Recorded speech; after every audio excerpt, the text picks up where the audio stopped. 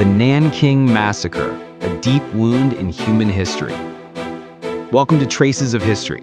Today we dive into one of the most horrifying human tragedies in modern times, a dark chapter that still leaves scars and diplomatic tensions to this day.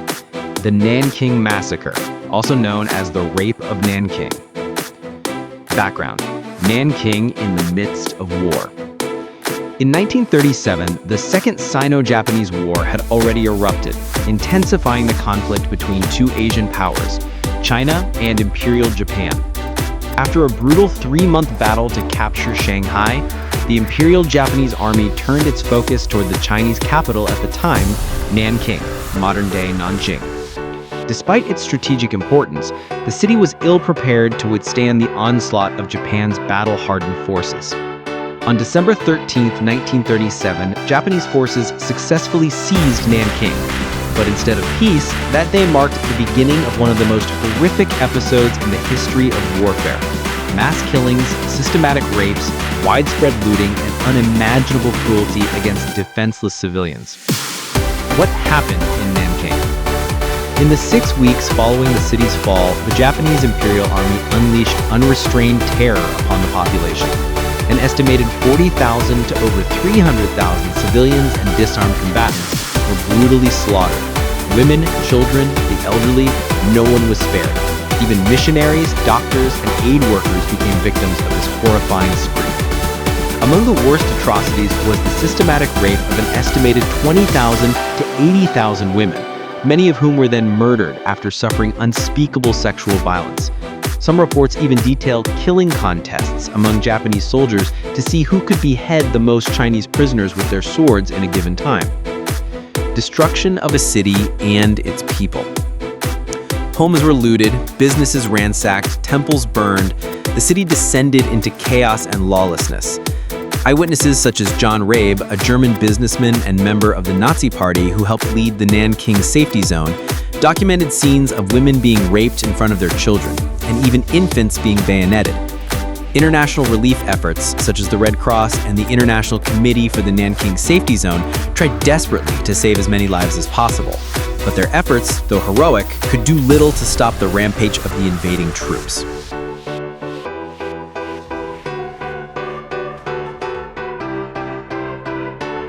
Who was responsible? Key military figures behind the massacre included Lieutenant General Iwane Montesui, commander of the Japanese Central China Area Army, and Prince Asaka, a member of the imperial family who was placed in operational command of the assault. Both were considered central to the atrocities that followed. After the war, only a handful of those responsible were tried and convicted. Montesui was executed following the International Military Tribunal for the Far East. Prince Asaka, however, escaped prosecution due to diplomatic immunity granted by the Allied powers, a decision that remains controversial to this day. How many died? The death toll of the Nanking Massacre remains one of the most debated subjects in 20th century history. The Tokyo Tribunal estimated over 200,000 deaths, while the 1947 Nanking War Crimes Tribunal placed the number at over 300,000.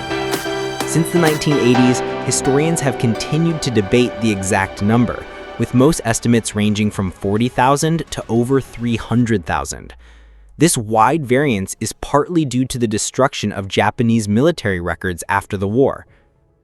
Testimony and historical record.